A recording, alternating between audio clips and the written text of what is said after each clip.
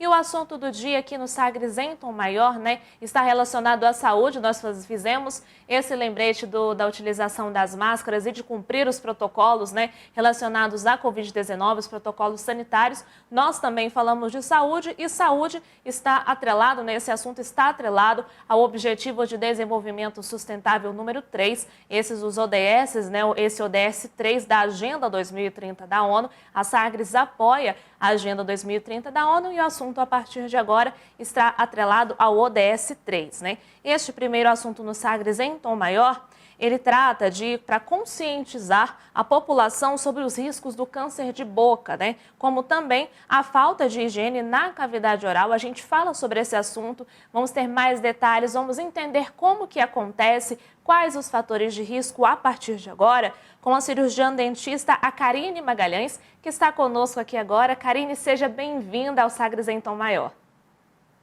Obrigada, boa tarde a todos. Boa tarde, Jordana. Doutora Karine, e para a gente já entrar no nosso assunto, né, a gente vai falar sobre essa conscientização do câncer bucal, do câncer de boca. Quais que são os primeiros sinais aos quais nós devemos estar atentos, né, para descobrir essa doença? Primeira coisa que eu posso recomendar é a avaliação da própria pessoa.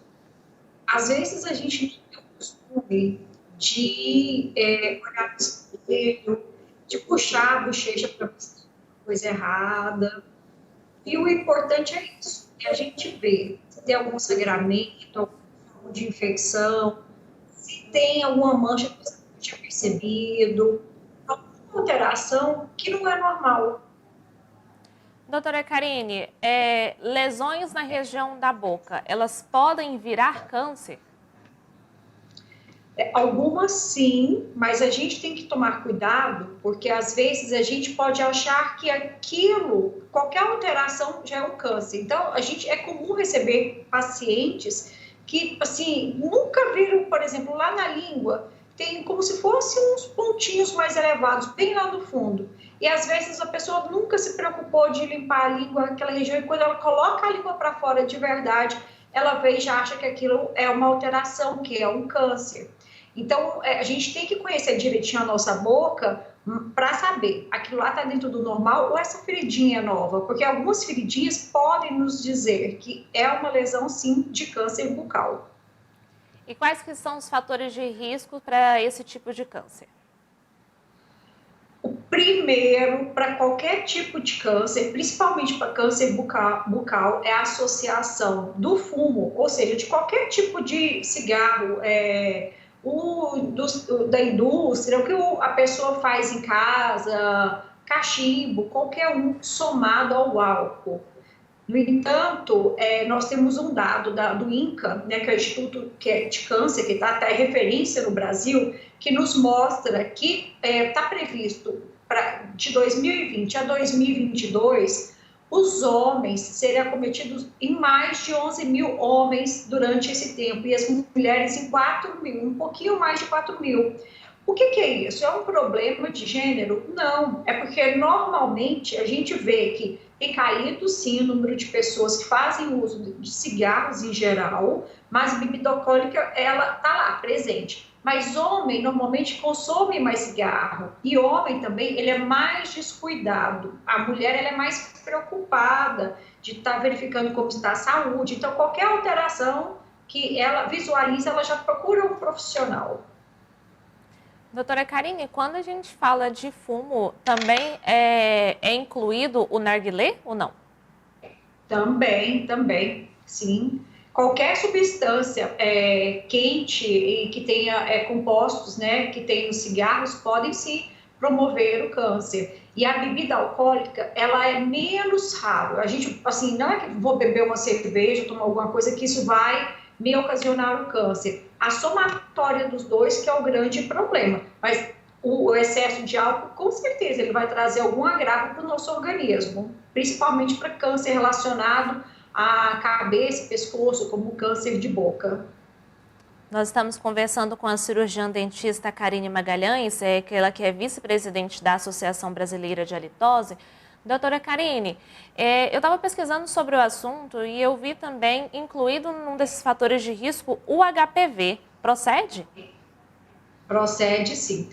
O HPV, essa é a questão. Como a pessoa às vezes não conhece bem a boca, nasce um pequeno pontinho, como se fosse assim, uma verruguinha com cabelinhos. E essa verruguinha, ela pode dar no céu da boca, ela pode dar na bochecha, ela pode dar na gengiva. E a pessoa acha, isso é normal, vai desaparecer e esquece que aquilo está lá. Por quê? Porque normalmente não gera dor, não gera nenhum desconforto.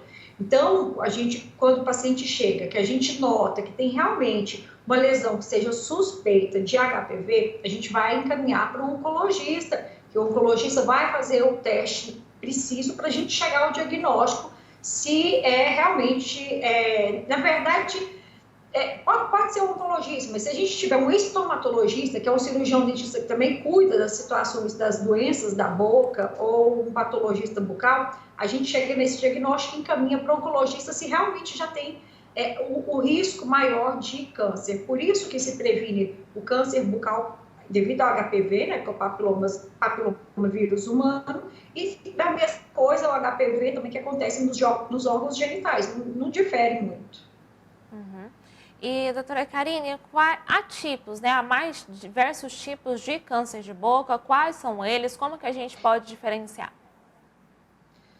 Olha, os nomes são bem complexos, mas assim, um dos mais preocupantes é o carcinoma espinocelular. Então, esse, por exemplo, recente eu tive um paciente que eu tinha uma mancha, não tinha essa lesão que eu disse agora, parece uma verruguinha com os pelinhos mais acentuados, né, mais projetados, mas ele tinha uma mancha. E para ele, para profissional que atendia antes, aquilo estava normal. Então, assim, o que ele falava, me relatava, era que parecia que tinha uma queimadura, uma lesão, uma mancha vermelha no céu da boca. Quando fizemos a biópsia, detectamos esse carcinoma, e aí sim, quando a gente ainda tem tempo, por exemplo, quando mais precoce se descobrir o problema, maiores são as chances de sucesso. Então, quando a gente tem esse carcinoma, que foi o caso dele, ele passou pelo processo cirúrgico, pelo procedimento, teve que tirar um pedacinho do céu da boca. Aquilo é uma comunicação para sempre entre a boca e o nariz. É desagradável, altera a fala, a alimentação, altera tudo. Agora, tem casos que demora mais tempo, que evolui muito, aí sim, às vezes tem que fazer radioterapia e quimioterapia. E um dos grandes problemas, Jordana, de se fazer radioterapia e quimioterapia para tratar um câncer de cabeça e pescoço é afetar as glândulas salivares que estão nessa região. Então, quando a gente afeta as glândulas salivares, a qualidade de vida das pessoas que passam por isso decresce muito, porque se afeta a glândula salivar, então não vai se produzir mais saliva. Sem saliva, a gente não sente o sabor dos alimentos, a gente perde, é verdade, o tato, porque o paladar é a combinação do gosto com a sensação tátil também, né? E também porque a pessoa fica com dificuldade para conversar, para engolir um alimento. E sem saliva, os micro-organismos, principalmente os fungos, apropriam da situação para trazer um monte de doenças bucais. Então, assim, é muito triste quando a pessoa chega a esse quadro de ter que passar pelo processo de rádio e de quimioterapia para tratar um câncer de cabeça e pescoço. Doutora, a diferença de tratamentos, né, entre um e outro, você citou como que retira, que pode haver quimioterapia, mas há estágios mais avançados da doença em que realmente não adianta nem retirar, nem fazer cirurgia com radioterapia? Normalmente, por exemplo, o câncer, a gente tem a mandíbula, que é esse osso, que quando a gente abre a boca, ele vai movimentar, né? Quando tem câncer nessa região aqui, o que acontece? Se essa região foi muito acometida, tem sim que se remover, vamos supor, a metade da mandíbula, vai ficar outra metade, tem que passar pelo procedimento de rádio, de quimioterapia, para conseguir controlar essas células cancerosas. E aí, sim, às vezes fica sem prótese ou tem que colocar prótese para dar uma melhor qualidade de vida para a pessoa. Mas quem define esse processo, qual que vai ser a terapia ou tratamento, é o oncologista, né, com o cirurgião de cabeça e pescoço. Houve aumento dos números de casos de câncer de boca? É possível determinar por que houve esse aumento? Ou não teve aumento nenhum, foi redução? Como que estão os dados atualmente? Na verdade, eu não tenho esses dados atuais, eu sei desse de agora, pelo INCA, né, essa previsão de 2020 a 2022, mas para 11 mil homens, aproximadamente 4 mil mulheres, isso câncer de cabeça e pescoço, ou seja, aproximadamente 15 mil novos casos, né? Isso é o que se é encontrado, não que a gente... É uma previsão, né? Não que a gente tenha certeza que está acontecendo, porque às vezes tem paciente que fica subtratado ou sobretratado. O sobretratamento seria o quê? Estar tratando o paciente, achando que aquilo lá, até o próprio profissional cirurgião dentista, desconhecer o problema, achar que aquilo é simples, pede para o paciente, trata com a forma medicamentosa, vai tratar, daqui 6 meses o paciente deveria retornar, não retorna, às vezes perde o contato com o profissional. Então, isso sim é um problema para a gente, porque fica muita coisa subdiagnosticada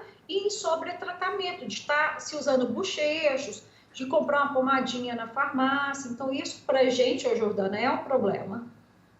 E de que forma que a Covid-19 ela afetou, né, esse acompanhamento? Que a gente está vivendo 1 ano de pandemia, de tratamentos eletivos suspensos, né?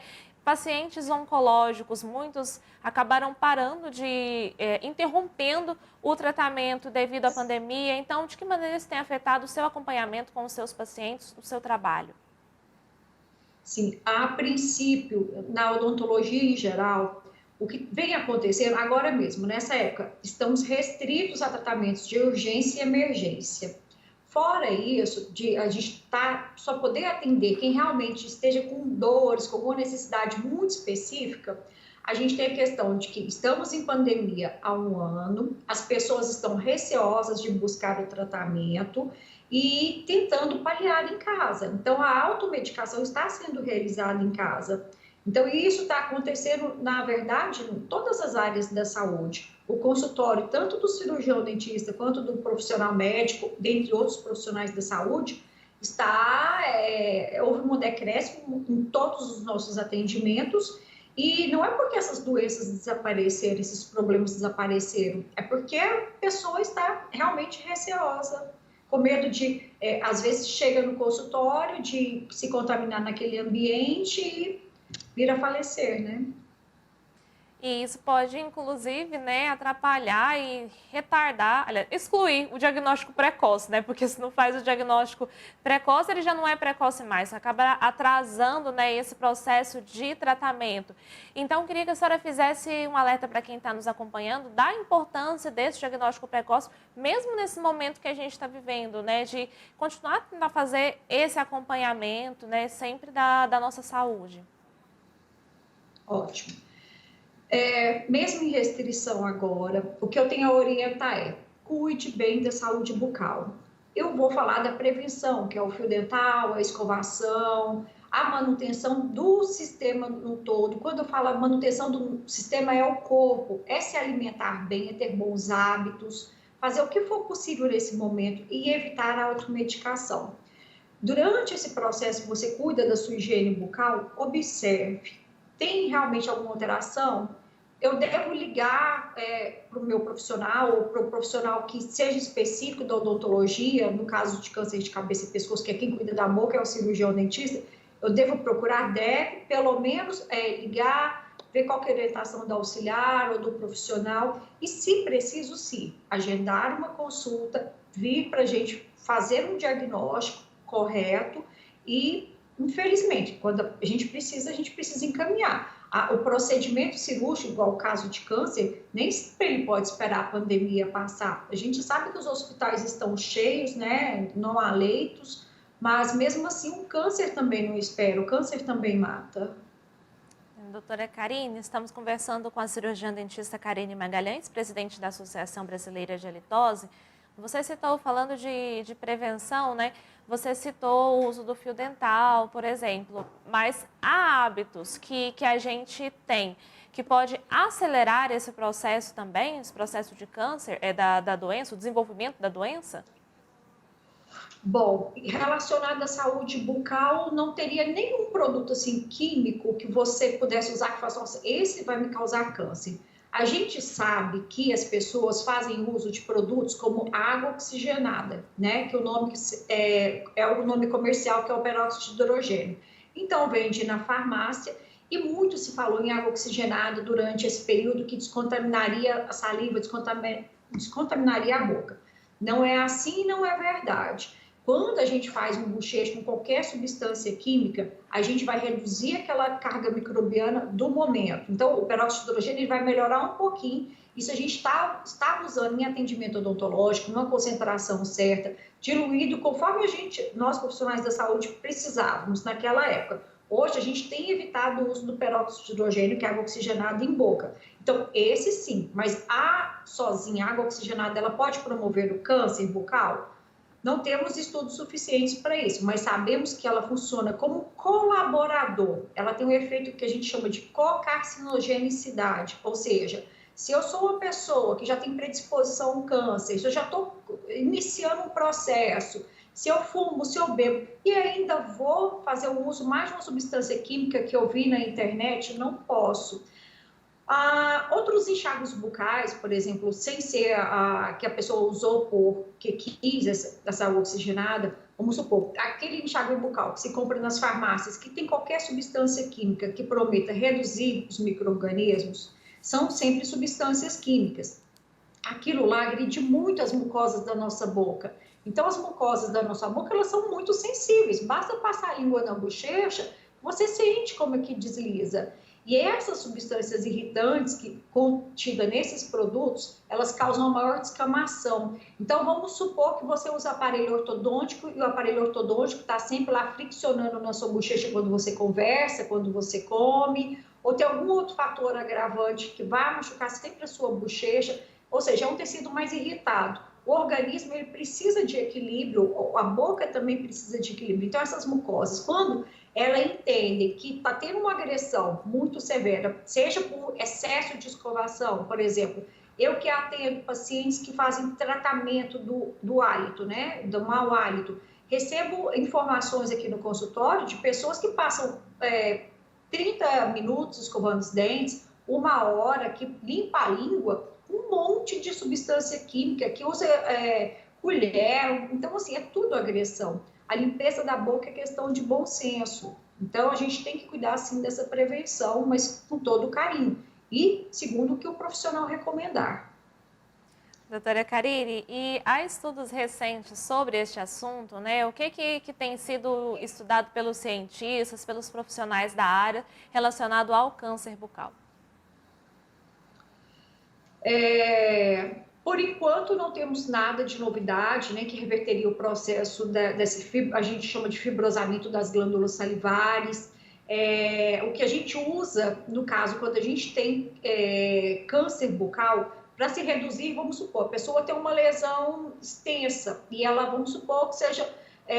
Não sei se você já viu, Jordana, tem um tipo de câncer que o sol incide no centro do nosso lábio.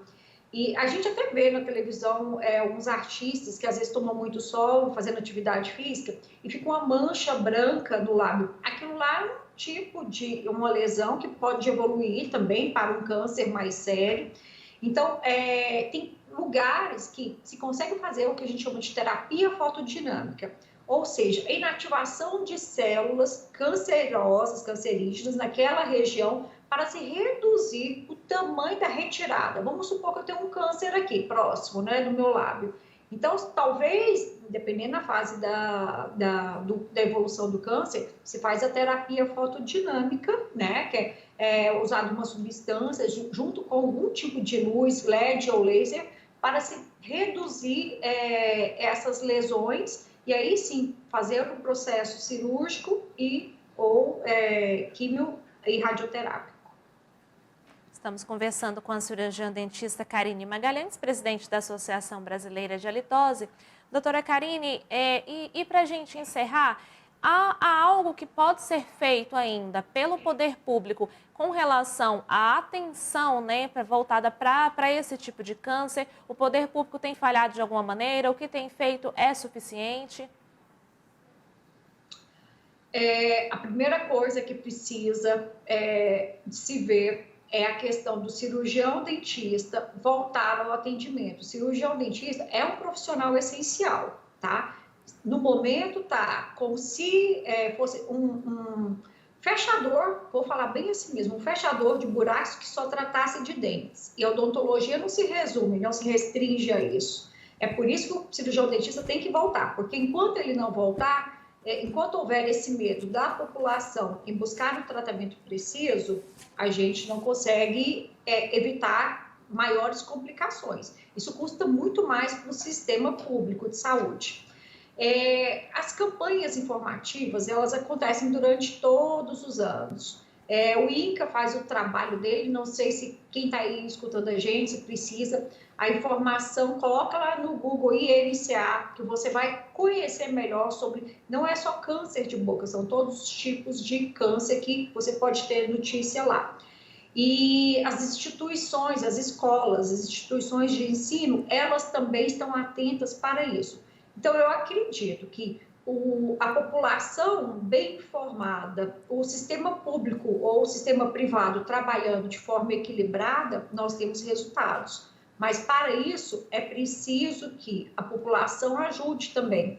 Então, a questão do cigarro, como eu disse, ela já foi bem reduzida, eu percebo isso aqui no meu consultório, né? Já quando faço a anamnese, que é a entrevista com o meu paciente, poucas são as pessoas que fumam. Então, isso aí para a gente já é muito importante. A outra questão é, eu sou um trabalhador que estou na rua constantemente. Use protetor nos lábios. Tem protetor que é vendido na farmácia, fator de proteção solar. Então, isso já ajuda também. Então, assim, evite, para a população, evite o uso de produtos recomendados por não profissionais na internet e busque ajuda sempre que precisar.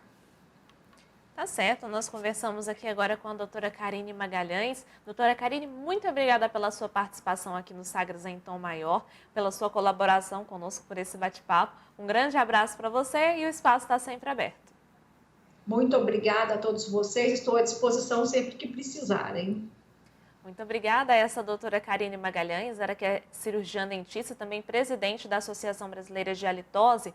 Essa entrevista na íntegra vai estar disponível aqui no nosso canal no YouTube, o youtube.com/sagrestv e também no nosso site, o sagresonline.com.br. O QR Code da Sagres está aí na sua tela do Sagres Online. Para você que nos acompanha em vídeo, é só você apontar a câmera do seu celular. E para quem está conosco em áudio, é só acessar sagresonline.com.br.